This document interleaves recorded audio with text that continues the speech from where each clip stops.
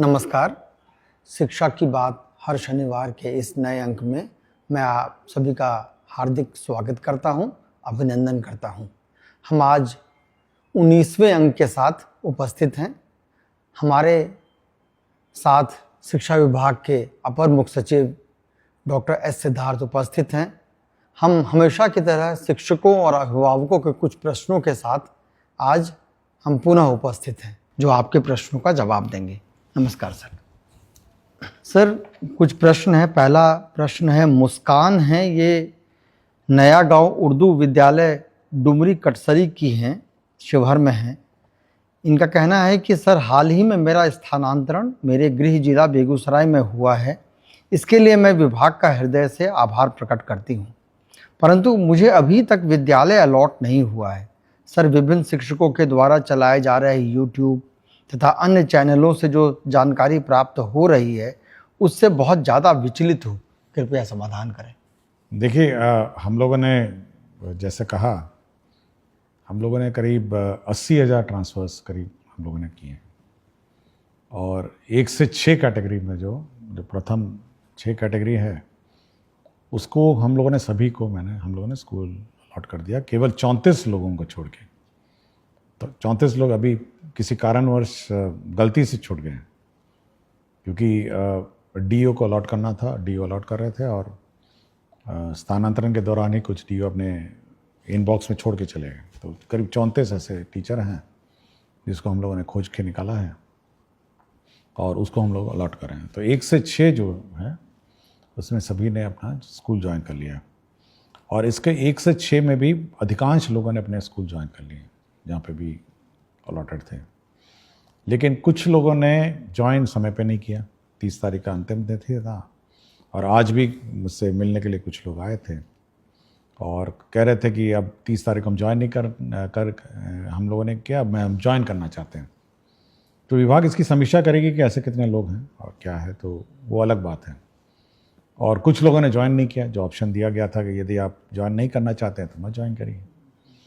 तो जो व्यवस्था है 1 से 6 का, तो वो एग्जैक्टली ये है कि हम लोगों ने सभी को टेकअप कर लिया। साथ ही साथ फिर हम लोगों ने दूरी का, फिर जो 7वां कैटेगरी था उसमें महिलाओं को टेकअप किया सबसे पहले। और महिलाओं में सबसे पहले हम लोगों ने 1 से 5 का हम लोगों ने अलॉटमेंट किया, 1 to 5 का। और 1 to 5 करते करते हम लोगों ने जब इंटर डिस्ट्रिक्ट अलॉटमेंट की प्रक्रिया हम लोगों ने शुरू की, तो कुछ रेशोज़ तो हम लोग बैठ गए। मतलब एक टीचर इधर से गए, दूसरे जगह गए, दूसरे से तीसरे जगह गए। लेकिन उसमें भी करीब कुछ संख्या एक टीचर्स की, कुछ स्कूलों की है जहाँ पे हम लोग को अचानक पता चला कि वहाँ पे स्कूल बंद होने वाले हैं। तो हम लोगों ने उस जिला तो अलॉट कर दिया। हम लोग नहीं चाहते थे कि कुछ को स्कूल अलॉट कर दें और कुछ को जिला भी नहीं अलॉट करें। तो हम लोगों ने जिला अलॉट कर दिया, और हम लोग इस व्यवस्था में मैनेज करने में है कि कुछ टीचर्स वहाँ जब जाएंगे तब हम लोग उस टीचर्स को रिलीव कर देंगे। तो ये प्रक्रिया ऑनगोइंग है कि धीरे धीरे। और इसी में भी आप देखेंगे कि हम लोगों ने TRE 3 में जो बचे हुए कैंडिडेट्स हैं उनका काउंसलिंग शुरू किया। उसके बाद डीलेड एमएड वाला जो केस मुकदमे से जो अभ्यर्थी आए हैं 150 और 1,500, वो भी आ रहे हैं। तो ये सब जो ज्वाइन करेंगे, तो ये सारे जो जहाँ पर एक संभावना थी कि टीचर्स मतलब स्कूल बंद हो जाएंगे, तो वहाँ पे पोस्टिंग करते हुए इनको रिलीव करेंगे। और मोस्टली ये जो 1 से 5 वाले टीचर हैं, ये बहुत ही पैनिक हो रहे हैं कि अब क्या होगा। तो ये जब आपको जिला ही अलॉट हो गया, तो आप थोड़ा वेट कर सकते हैं कि भाई हम लोग कोशिश कर रहे हैं कि पठन पाठन इफेक्ट ना हो, और टीचर्स पोस्टिंग के बाद आपको वहाँ से रिलीव कर देंगे, तभी हम लोग स्कूल अलॉट करेंगे। साथ ही साथ एक टीचर आपके यहाँ जाएगा और एक टीचर आप रिलीव हो जाएंगे। तो ये 7वां कैटेगरी हम लोगों ने ये किया है। और अब आप पूछेंगे कि 7वां पुरुष का क्या होगा। तो हम लोग ये वर्कआउट कर रहे हैं कि सबसे प्रथम जो लॉट होगा वो लॉट होगा जहाँ पर टीचर्स ज़्यादा हैं। जिन जिलों में वहाँ के पुरुषों को हम लोग जहाँ पे टीचर्स कम हैं उस ज़िले में शिफ्ट करेंगे। और आपको मैं जानकारी दे दूंगा कि जब 1 से 5 का आज हम लोगों ने PTR देखा, स्टूडेंट टीचर रेशो पूरे राज्य का, तो ऐसे भी जिले हैं जहाँ 13 बच्चों पर एक टीचर है, और ऐसे भी जिले हैं जहाँ 44 बच्चों पर एक टीचर है। मैं जिलों का नाम नहीं लूँगा, लेकिन ये इसको नॉर्मलाइज करना भी एक बड़ा चैलेंज हो गया है। तो हम लोग कोशिश में हैं कि जहाँ पर टीचर्स ज़्यादा हैं और जहाँ पर टीचर्स कम हैं, यदि पुरुषों ने वहाँ के लिए ऑप्ट किया है तो वहाँ पे हम लोग उनकी स्वेच्छा अनुसार वहाँ पे हम लोग ट्रांसफ़र कर देंगे। तो ये पुरुषों का एक्सरसाइज भी हम लोग कर रहे हैं। और फिर धीरे धीरे जो महिलाओं का भी इशू रह जाएगा, जो मतलब बाकी पुरुषों का रह जाएगा, तो ये इस पर निर्भरता रहेगी कि कहाँ पे टीचर्स कम हैं और कहाँ पे टीचर्स ज़्यादा हैं, उसके आधार पर उसको हम लोग टेकअप करेंगे। तो पुरुषों को हम लोगों ने नहीं छोड़ा, पुरुषों पर भी हम लोग एक्सरसाइज कर रहे हैं। और बीच बीच में यूट्यूब और फेसबुक और सोशल मीडिया अचानक पैनिक टीचरों में क्रिएट कर देते हैं कि लगता है अब ट्रांसफ़र रुक जाएगा। देखिए, हम लोग कंटिन्यूसली इस पर काम करते रहते हैं, और मेरी टीम है, मेरे ऑफिसर्स हैं, कंटिन्यूसली सबको एक काम दिया है। कुछ को पुरुषों का दिया है, कुछ को महिलाओं का दिया है, कुछ को 1 से 6 का जो इश्यूज़ हैं उसको सेटल करने का दिया है। तो ये पैनिक कभी नहीं होना चाहिए। और हम लोग का ऑफिशियल चैनल है, सरकारी चैनल है, हम लोग शिक्षा की बात करते हैं। और जब भी हम लोग प्रेस रिलीज़ करते हैं, एक ऑफिशियल प्रेस रिलीज, इसको इंटरप्रेट करने की कोशिश मत करिए। होता है कि अचानक आप इंटरप्रेट उसको करते हैं। हम लोगों ने जैसे ऐच्छिक स्थानांतरण दिया, ये एक ऑप्शन था, आप ऑप्शन मतलब चुनिए या नहीं चुनिए, लेकिन उसको इंटरप्रेट करने लगा कि लगता है कि अब ऐच्छिक स्थानांतरण होगा और कोई स्थानांतरण नहीं हुआ। ये कभी हम लोगों ने नहीं कहा ये बात। तो हमेशा देखिए, जब हम लोग प्रेस रिलीजेस देते हैं, आप थोड़ा इंतज़ार करिए, आप और इंटरप्रेट करने की कोशिश मत करिए। हमारा ऑफिशियल चैनल्स हैं जिस पर हम लोग अपना क्लैरिफिकेशन देते हैं, और हम चाहते हैं कि ये पूरी व्यवस्था ट्रांसपेरेंट हो और टीचर्स को जानकारी हो कि उनके साथ क्या हो रहा है। कोई बात हम छुपा के नहीं रखना चाहते कि भाई हम छुपा के रखे हुए हैं, और मतलब हम लोग अन्यथा बोलना नहीं चाहते। हमने आपको बता दिया कि 34 लोग, हम लोगों से गलती हो गई, छूट गया थे। हम लोग जिसको खोज के निकाले थे, जिनको 1 से 6 कैटेगरी में, जिनको जिला अलॉटेड है, स्कूल अलॉटेड नहीं है, कर रहे हैं। और जो लोग अब कुछ लोगों ने मुझसे पूछा, अचानक बहुत सारे मैसेजेस आए कि सर अंतर जिला वाले को तो आपने पास कर दिया और बाहर वाले जिले को आपने छोड़ दिया है। देखिए, टीचरों को समझना भी ये चाहिए। देखिए, सीनियरिटी जब टीचरों की लिखी जाती है, तो जब आप किसी अन्य जिले में जाते हैं तो आपकी सीनियरिटी उस जिले के टीचरों के सीनियरिटी सबसे नीचे हो जाती है। ये भी समझना चाहिए। और प्राथमिकता हमेशा उस जिले के अंदर इनसाइडर टीचर की है, और आपकी प्राथमिकता उसके बाद आती है, क्योंकि आप उस जिले के अंदर जा रहे हैं। तो अचानक ये भी पैनिक हो गया कि देखिए, उसको तो कर दिए, हमको छोड़ दिए, हमको टेकअप किए तो उसको छोड़ दिए। तो हम लोग एक फॉर्मूला से चलते हैं और एक सिस्टम से चलते हैं। हम लोग कोई मतलब रैंडम नहीं करते हैं, और निर्णय भी रैंडम नहीं होते। उसकी पॉलिसी होती है कि देखिए, हम लोगों ने विद इन डिस्ट्रिक्ट है, इनको ऐसे ट्रीट किया, आउटसाइड डिस्ट्रिक्ट है क्योंकि उनकी प्राथमिकता नीचे है, सबसे नीचे है, उनको हम लोगों ने ऐसे ट्रीट किया। तो ये सब हम लोग देखते हैं। तो कभी भी टीचर को ये नहीं सोचना चाहिए कि हम पक्षपात करते हैं या कोई रैंडम व्यवस्था करते हैं। हम लोग जो ट्रीटमेंट किसी एक कैटेगरी टीचर के साथ करते हैं, वही ट्रीटमेंट हम लोग बी कैटेगरी टीचर से। और कोई हम लोग मतलब इसका गलत इंटरप्रिटेशन किसी टीचर या किसी सोशल मीडिया में, जो हमारे टीचर्स ग्रुप बहुत सारे हैं, उनको नहीं करना चाहिए। आप पूछ सकते हैं, विभाग से पूछ सकते हैं, बहुत सारे पदाधिकारी हैं, डायरेक्टर हैं, डीईओ हैं। और हम लोगों ने ये भी व्यवस्था की है व्यवस्था में कि अगर आप अपने प्रेजेंट पोस्टिंग से शुद्ध हैं विद इन द डिस्ट्रिक्ट, तो आप अपने स्थापना समिति, अपने ग्रीवांस पोर्टल में आप अप्लाई करिए।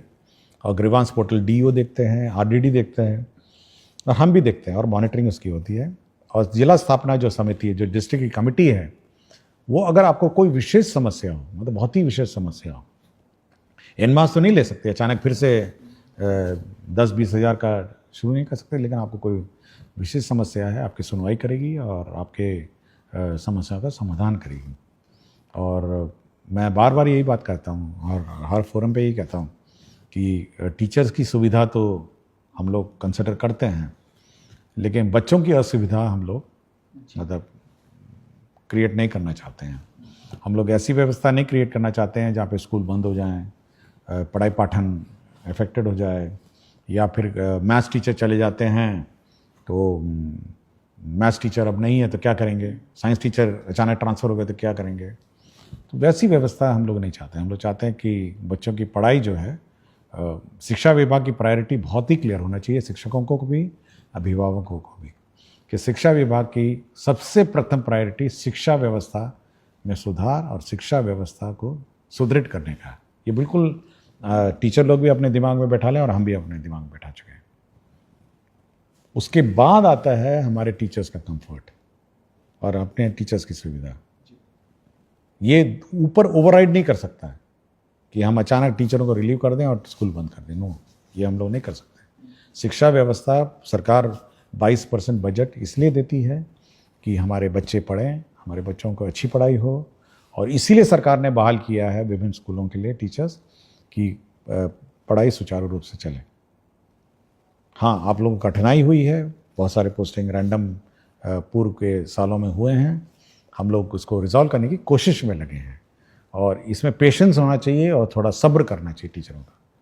अगर किसी का कोई इशू है तो उसकी सुनवाई होगी और उसका रिजॉल्व होगा, लेकिन अचानक पैनिक नहीं होना चाहिए कि अचानक कोई अब नहीं, ये नहीं होगा, वो नहीं होगा। ये थोड़ा पैनिक टीचरों में नहीं होना चाहिए। आपको अपने पठन पाठन में ध्यान दीजिए और धीरे धीरे आपकी एक एक बात की सुनवाई होगी।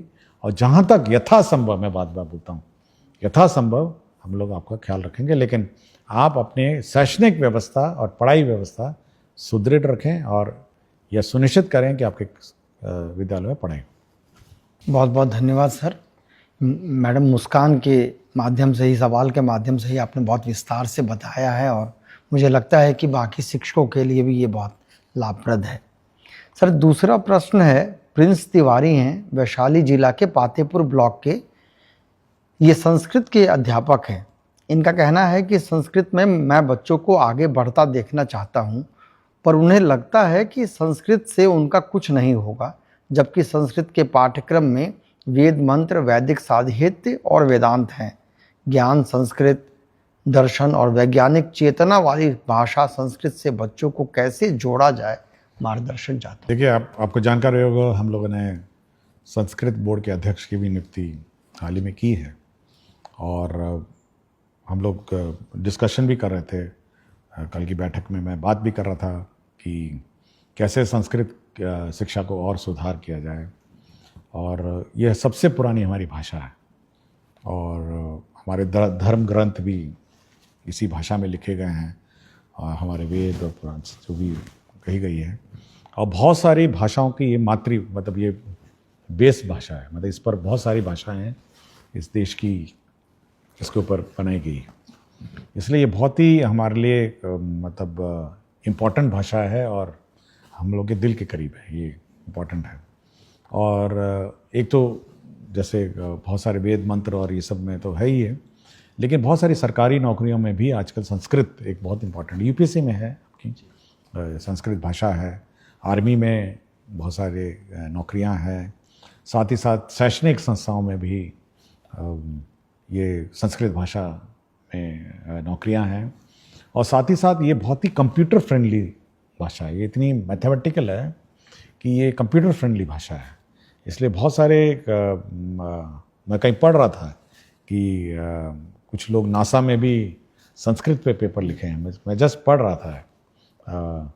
लेकिन ये बहुत ही महत्वपूर्ण भाषा है, और ये हम लोग के दिल के करीब, और ये बहुत ही आदर से हम लोग को इसको पढ़ना चाहिए और इंटरेस्ट लेना चाहिए। शुक्रिया सर। एक है पुनीता कुमारी, राजकीय मध्य विद्यालय कोटवा गोपालगंज की हैं।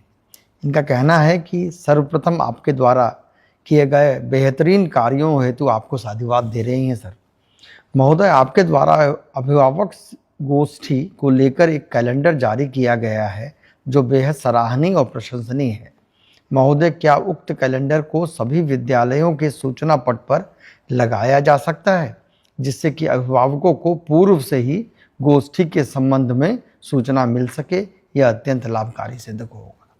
ये अच्छा सुझाव है। हम लोग कोशिश करेंगे कि जो भी नोटिस बोर्ड है उसमें अगला अभिभावक गोष्ठी का डेट अंकित रहे, ताकि अभिभावकों को पता चल जाए कि ये गोष्ठी का अगला तिथि है, और सभी लोग अभिभावक और कोशिश भी करेंगे, देखते हैं, ट्रायल लेते हैं कि सभी को SMS, क्योंकि कुछ अभिभावकों के फ़ोन नंबर भी हैं, कोशिश करते हैं कि SMS से भी खबर कर दें कि अगला अभिभावक, अभी बच्चे का अगला अभिभावक गोष्ठी फलाना है, आप भाग लें, ये भी कोशिश करते हैं।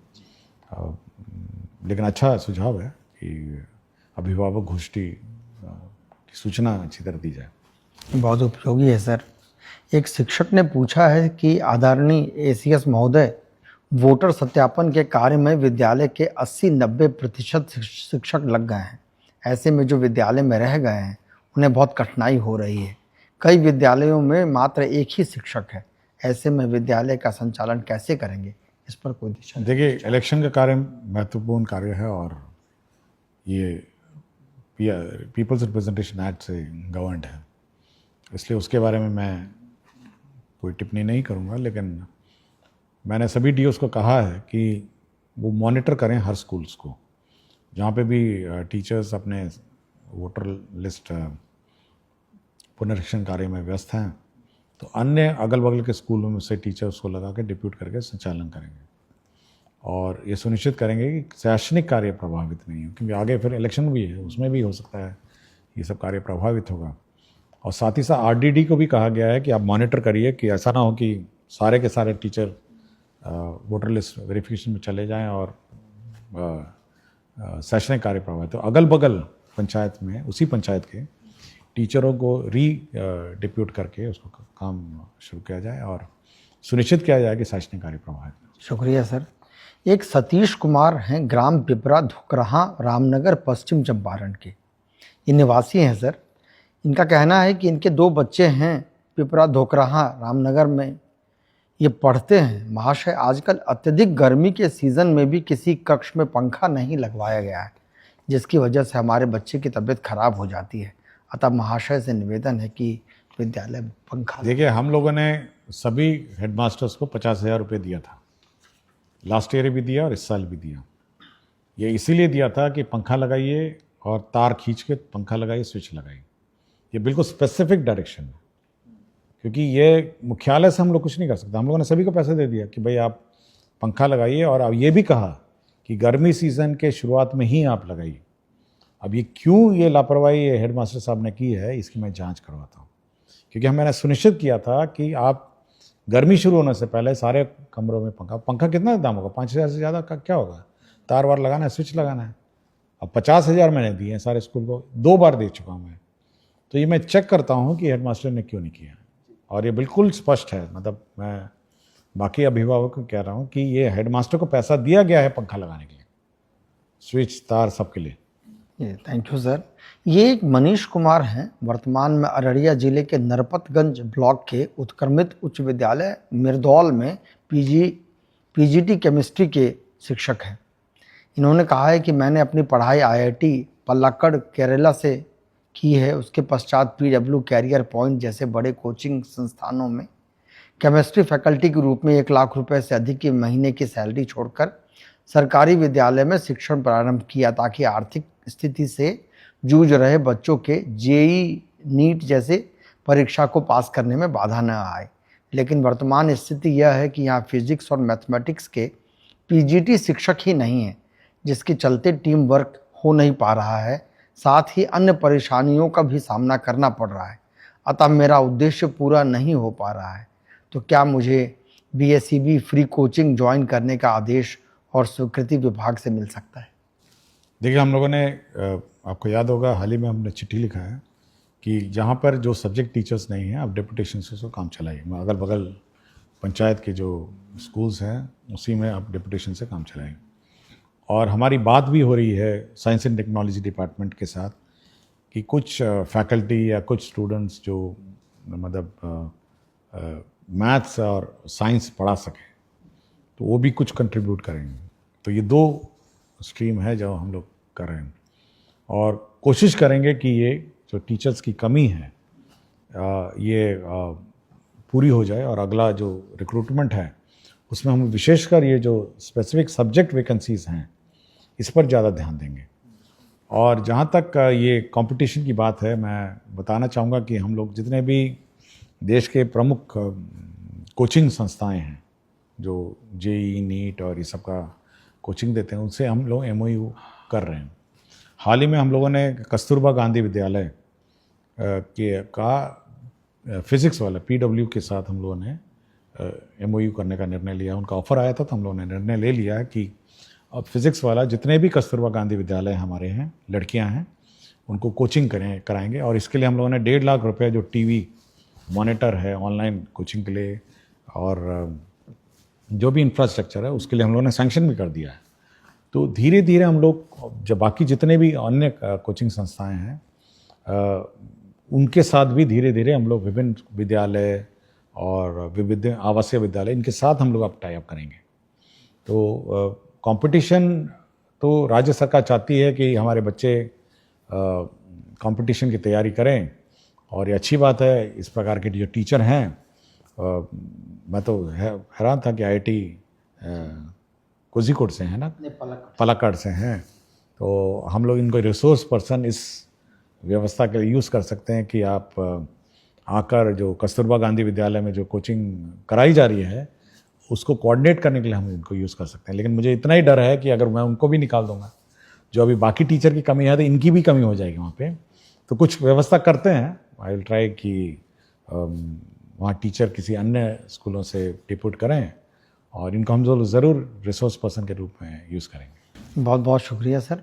ये मुझे निश्चित है कि KGBB की लड़कियां बहुत खुश हों। हाँ, हम चाहते हैं कि वो बहुत सबसे गरीब परिवार की आती हैं, कस्तूरबा गांधी विद्यालय हॉस्टल में रहती हैं, तो कम से कम एक कोचिंग का जो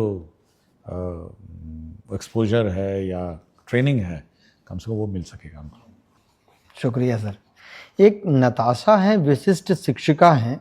इनका प्रश्न है कि ग्रीष्मावकाश के बाद विद्यालय खुलने के दिन अगर कोई बीमार है या किसी इमरजेंसी में बाहर फंस गया है तो क्या विशेषावकाश या आकस्मिक अवकाश का उपयोग कर सकता है? देखिए, अवकाश के बारे में डिटेल गाइडलाइन है और अगर कोई ऐसी परिस्थिति में तो अवकाश तो मिल ही जाना चाहिए। हमको नहीं लगता कोई अवकाश मिलने में कोई प्रॉब्लम है। ये प्रश्न है गोपाल कुमार बेलसन सीतामढ़ी के हैं। सर, इनका कहना है कि आपके नेतृत्व का मैं प्रशंसक हूं और महोदय, उच्च माध्यमिक विद्यालय में इस सत्र से त्रैमासिक परीक्षा होनी है। पूर्व में यह मासिक था। निर्धारित सिलेबस जिसे त्रैमासिक परीक्षा, अर्धवार्षिक एवं वार्षिक परीक्षा में प्रश्न पूछे जाएंगे, उक्त में हमेशा कन्फ्यूजन की स्थिति बनी रहती है। कृपया आधिकारिक सिलेबस माहवार उपलब्ध कराया जाए। ये हम लोग परीक्षा जब त्रैमासिक होगी तो उस पर्टिकुलर सिलेबस को हम लोग वो भी डिक्लेयर करेंगे कि इस सिलेबस से त्रैमासिक होगी। तो ये CRT आपको कम्युनिकेट करेगा कि इस सिलेबस से आपकी परीक्षा होगी। ऐसा नहीं हो कि डेट निर्धारित है लेकिन सिलेबस निर्धारित है। ये स्पेसिफिक हम लोग निर्धारित करें। बहुत यूजफुल है सर। एक शिक्षक पूछ रहे हैं कि विभाग से लेकर विद्यालय तक सूचनाओं का सही तरीके से प्रसार नहीं होने पाने के कारण कई बार विद्यालय स्तर पर कार्य बाधित होता है। सर, क्या विभाग कोई ऐसा तरीका ढूंढ रहा है जिससे सूचना एक जैसा सभी विद्यालय तक पहुंचे और सही काम हो सके? देखिए, हम लोगों ने सभी विद्यालयों में टैबलेट भेजा है और बहुत सारे विद्यालयों में पहुंच भी गया है। मेरे ख्याल से 3-4 दिन में और भी पहुंच जाएगा। देखिए, ये बहुत विशेष प्रकार का टैबलेट है। ये नॉर्मल जो हम लोग यूज़ करते हैं उससे हल्का सा भिन्न है। वो इसलिए भिन्न है कि इसमें वही सॉफ्टवेयर लोड हो सकता है जो मुख्यालय से आपको निर्देशित होगा, अन्यथा वो सॉफ्टवेयर अपने डिलीट हो जाएगा। पहले तो ये है। दूसरा है, ये हमारे सेंट्रल सर्वर से लिंक्ड है। जो टैबलेट है ये बिल्कुल हमारे सेंट्रल जो मैसेजिंग सिस्टम है उससे लिंक्ड है और मुख्यालय से जैसे ही हम इसमें पत्र डालेंगे वो आपके टैबलेट में नज़र आ जाएगा। या मुख्यालय से हम कोई भी सूचना देंगे तो हर स्कूल में अपने आप पहुंच जाएगा। ये DO से, फिर DO से BO, BO से टीचर, या फिर सोशल मीडिया के माध्यम से बिल्कुल, मतलब वो बंद कर दिए। हम अगर कहेंगे कि ये टीचर का पत्र है और अभी तुरंत जाना है तो सारे स्कूल के टैबलेट में पहुंच जाएगा। तो अब वो व्यवस्था हो गई है कि हम लोग बिल्कुल मैसेजिंग सिस्टम जो है बिल्कुल कनेक्टेड हो गई है। मतलब हम लोग यहाँ से भेजेंगे और वो वहाँ के टैबलेट में आ जाएगा। और साथ ही साथ उल्टा भी है, हम लोग अगर टैबलेट से कोई सूचना निकालना चाहेंगे तो ऑटोमेटिकली पुल व्यवस्था भी है कि हम उस टैबलेट को एक्सेस कर सकते हैं और वहाँ से हम लोग सूचना प्राप्त कर सकते हैं। तो ये 2 वे कम्युनिकेशन है, वो टैबलेट है और बहुत महत्वपूर्ण डिवाइस है। ऐसा नहीं है कि वो कोई नॉर्मल मोबाइल फ़ोन की तरह की, ये कम्युनिकेशन डिवाइस है और ये लिंक करता है हमारे मुख्यालय के सेंट्रल सर्वर को, डीओ को, बीओ को और टीचर को। तो इसलिए बहुत ही महत्वपूर्ण ये इंटरवेंशन है। मुझे लगता है सर कि इसके बाद का सवाल के जवाब आपने ऑलरेडी दे दिया है। सवाल है कि हम लोगों को विभाग के द्वारा टैबलेट फ़ोन दिया गया है। सर बच्चे इसे देखकर बहुत खुश हुए और आपको धन्यवाद दिए। सर अब इस टैबलेट का करना क्या है? नहीं, ये बच्चों के लिए नहीं था। नहीं, ये बच्चों के लिए नहीं है बिल्कुल। अब मैंने एक फ़ोटो देखा था जिसमें बच्चों ने मुझे ही धन्यवाद दे दिया, तो मैं पूछा भी कि भाई ये तो बच्चों के पास जाना नहीं था, ये बच्चे इसको लेके क्या कर रहे हैं। देखिए जो टैबलेट है वो पहले एक तो हेडमास्टर के पास रहेगा, फिर दूसरा टैबलेट जो है वो दूसरा टैबलेट प्रभारी है, तो तीसरा टैबलेट प्रभारी है। जहाँ 2 हैं वहाँ 2 ही रहें और 3 लोग या 2 लोग जो भी है इसको ऑपरेट करेंगे। और ये कम्युनिकेशन सिस्टम है शिक्षा विभाग का, मुख्यालय और स्कूल का बीच का। स्कूल की गतिविधियाँ वो टैबलेट में दर्ज करेंगे। मुख्यालय कोई सूचना देना चाहेगा दे सकता है और मुख्यालय अगर किसी स्कूल की गतिविधियाँ देखना चाहेगा वो इस टैबलेट के माध्यम से देख सकेगा। तो ये कम्युनिकेशन डिवाइस है। ये बच्चों के लिए नहीं गया है, बच्चों के लिए अलग से है। बच्चों के लिए अलग से स्मार्ट क्लास बन रहा है, सैंक्शन हो रहा है। बच्चों के लिए अलग से आईसीटी लैब है। मैं चाहता हूँ कि वो लोग उसमें ज़्यादा ध्यान दें, ये टैबलेट लेकर नहीं घूमें। और टैबलेट हमारे जो शिक्षकगण हैं वो कम्युनिकेशन के रूप में इसको यूज़ करें। और क्या पढ़ाना है, क्या कोर्स है, क्या सिलेबस है, क्या क्वेश्चन पेपर है, वो भी इसी में आना है। प्रश्न पत्र जो है वो भी इसी में आना है। और क्या कोर्स आप पढ़ाए हैं ये भी इसी में आना है। कितने बच्चे उपस्थित हैं ये भी आना है। तो ये बहुत महत्वपूर्ण डिवाइस है। ये इसको मतलब ये होलिस्टिक मॉनिटरिंग सिस्टम है विद्यालयों का। आपका बहुत बहुत शुक्रिया सर। मैं सभी देखने और सुनने वालों का धन्यवाद कहता हूं और अगले अंक में फिर हम पुनः कुछ प्रश्नों के साथ उपस्थित होंगे। तब तक के लिए धन्यवाद। नमस्कार।